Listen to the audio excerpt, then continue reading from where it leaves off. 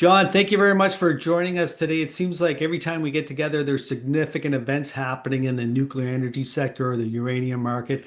And I think you would agree with me when I say the biggest events we've seen thus far have been the raises you and your team have done for the Sprott Physical Uranium Trust, 25.55 million in the month of May, and more recently, $200 million. Maybe you can start the conversation by just telling us what was the rationale for these raises. Yeah, sure. Great to be back, Jimmy. And uranium once again is very topical. I guess I'd first start off by saying that the uranium price has had corrected pretty significantly, and we viewed that as a unsustainable sell-off. We just didn't think that the fundamentals supported a spot price that was in the mid 60s. So we were really anxious to try to figure out how to capitalize on that and take advantage of that price dislocation. And I think a lot of our shareholders as well were very frustrated that the price, had drifted down as low as $63 when we started the year at about 73. So there was a real disconnect. And obviously it was not about fundamentals, it was about sentiment. And it was a lot about noise in the marketplace related to everything from tariffs to trade wars, risk off appetite, et cetera, et cetera. So we really thought the market was providing an opportunity to take advantage of. And one of the factors that I think really galvanized our drive to raise money was, there was this increasing chatter that we were hearing from our contacts that some hedge funds were taking short positions against many of the stocks in the sector, as well as the uranium trust itself. And the thesis that they were sharing amongst themselves with respect to the uranium trust was that, and I'm going to repeat this verbatim as it was relayed to me, that on July the 8th, Spot was going to run out of cash, be forced to sell uranium in the market and really kind of spook the market and reaffirm this idea that our pounds are mobile. And that feedback came to us in May, and we just thought, isn't that kind of silly that someone's going to take a short position in a vehicle that has very compelling fundamentals on that simple idea? And so we went to work right away to socialize this idea about doing a non-broker private placement. We reached out to a handful of, let's say, very long-term committed uranium bulls that I think understood the industry dynamics incredibly well and knew how kind of silly this investment thesis was. And they helped us basically cash up the vehicle, as you mentioned, about $25 million. Sprott also participated in that financing. And that was really just to shore up our balance sheet to make that whole narrative go away. And so that, I think, kind of perked a lot of interest in the industry because we had never done a capital raise in that fashion. So it was important for us to shore up the balance sheet, but it was even more important to demonstrate to the marketplace that we had more tools in our kit here in terms of managing the vehicle. So that was very important. And then obviously just a week or so ago, we followed up with the bought deal financing that we did with Canaccord. And we were extremely pleased with the response we got on the back of that capital raise, where we initially agreed to a $100 million bought deal, and within 12 hours of that, the deal had upsized to $200 million, which I think is an incredibly strong signal and a vote of confidence in the vehicle, as well as confidence that institutional investors that participated feel as though the spot price right now represents very good value. And I'll give you a little bit of color on who participated. It was about 30% Sprott existing shareholders, about 20% of the shareholders, the participants, I should say, were shareholders of other Sprott vehicles, like, for example, our gold trust, or were shareholders of our parent company, Sprott Inc. And half of the participants we had no relationship with, to our knowledge, have not been invested in any of our vehicles. So really good vote of confidence from the existing shareholders. But then, half of the institutions that participated, and there were about 40 altogether, were somehow involved in uranium, but not directly with us, and stepped up to help us get this financing done. So really, really happy. The response we've got has been overwhelming. We've just had a flood of inbounds from institutional investors applauding us for doing this. And we're obviously trying to take advantage of this by buying uranium right now. It's interesting to see so many new players step into the space. Now, I'm curious about the jurisdiction. Can you speak to that? Were the Americans, Europeans, Asians? Yeah, I would say it was very well represented in Australia. That was probably the largest sector. And I think for good reason. If you look at some of the short interest amongst some of the Australian listed stocks, they are sky high.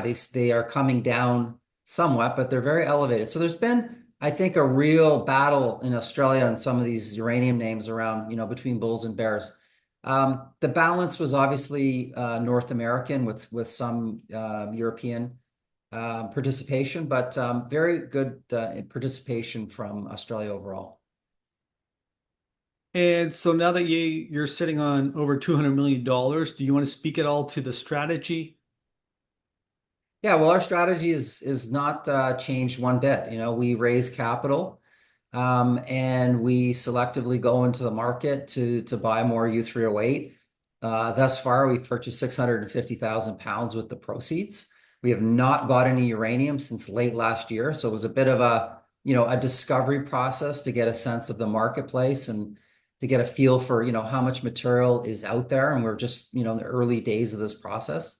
So our goal is to buy uranium. That's what the use of proceeds related to the raise are all about. And obviously we have cash on our balance sheet to pay for the G&A for about a year. So we feel like we're in really good shape. We are coming into a seasonally slow period with summer, but I have a feeling it's not going to be like traditional summers because this has not been a traditional year so far, year to date. And many participants, I'd say, have been paralyzed with a lot of uncertainty and have been distracted with a lot of noise in the marketplace and have just not really come to market to buy. And I mean, when you look at UX Consulting's year-to-date term market contracting levels, it's at 26 million pounds year-to-date. That is about 1/3 the run rate of replacement rate. So that signals to us that utilities have not been buying uranium thus far this year. They were a little bit light last year, and this is all leading to a lot of pent-up demand in the pipeline, in our opinion. So this could be a very interesting summer where the market, I think, is going to be much more active relative to other summers where the uranium market tends to go into a bit of a quiet period. Yeah, and the key word you just threw out there is uncertainty. And we've seen this time and time again here in the last few months with companies reporting Q1 and Q2 numbers globally. And people are just saying people are paralyzed and they're not spending as much, they're not traveling as much because of this uncertainty we have associated with the trade wars and tariffs, et cetera. So I want to ask you about the other Sprott products, and we talked about the Sprott Physical Uranium Trust. What sort of interest are you getting into the ETFs, the Sprott Uranium Miners ETF, and also the Sprott Junior Miners ETF? Yeah, well, obviously the uranium equities were kind of following the spot price lower. And, from January 1st to around April the 7th, we had a pretty significant correction amongst the uranium stocks. And, we were down about 30% over that period of time. So it was very frustrating to investors that, remain very bullish and constructive, medium to long term, that all of this negative sentiment was pulling down the sector, even though this is a sector that has highly inelastic demand and that we know utilities, if they delay and defer, are just going to have to buy more later in the future. Now, it's been very positive since April the 7th, which is, I think, when the stocks bottomed, that first of all, tariffs were largely not applied to uranium. So that was a real lift in sentiment. And since that period in April, I think we've had 11 consecutive weeks of gains in the uranium mining stocks, which is really great. I think they're up about 60% over that period of time. So we've had a very sharp V-shaped recovery.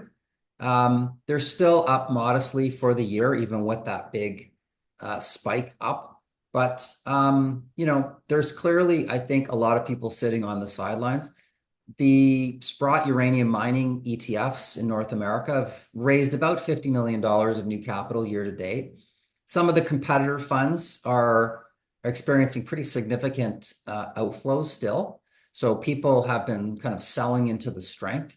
And we've also seen a bit of a trend where people are moving into more of the downstream part of the nuclear, energy and fuel supply chain.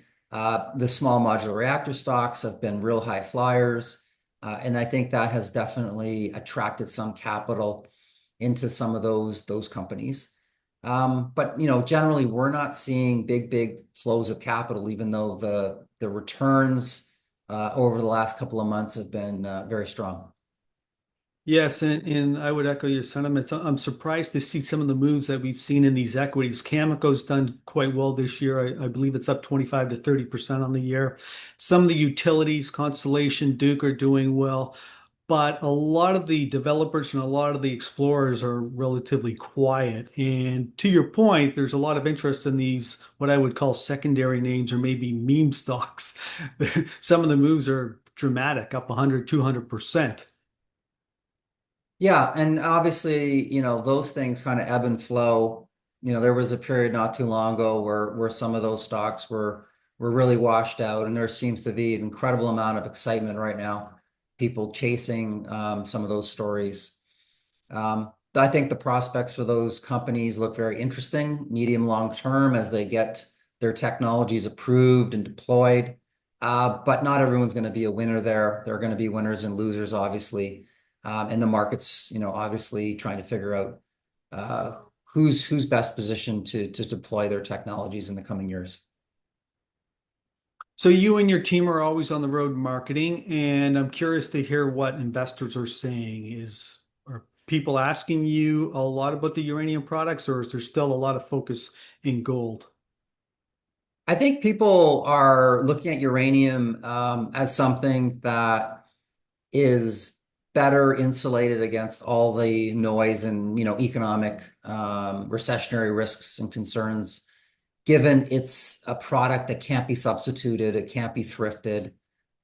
We absolutely need it to generate about 10% of global electricity. And obviously the electricity demands are just going up globally.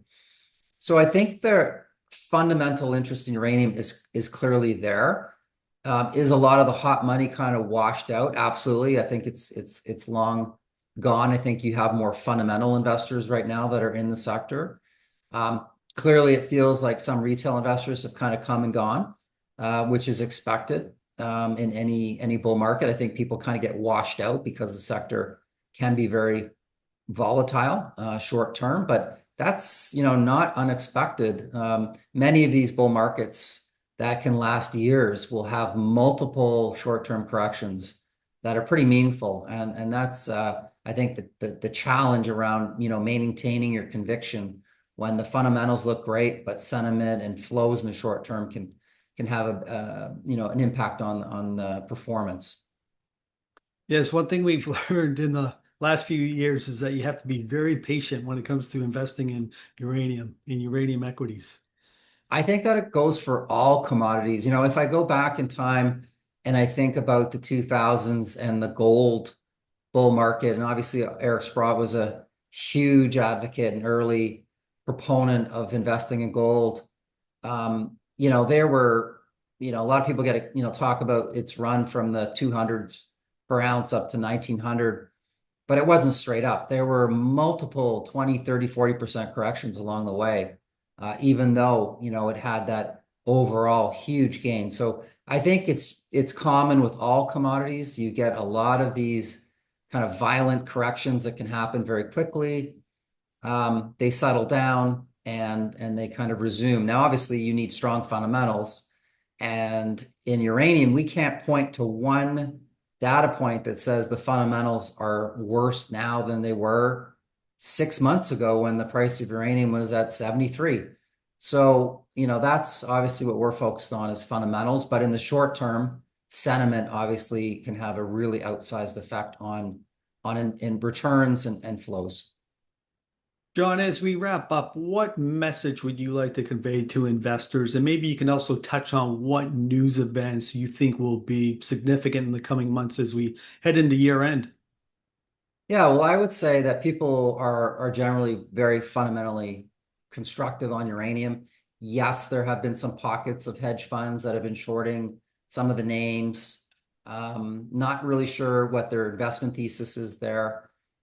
The other message I'd like to pass is, a lot of people have said to us, we're really bullish, but what's the next catalyst going to be? And it's really hard to predict catalysts in this sector, but we know they always come.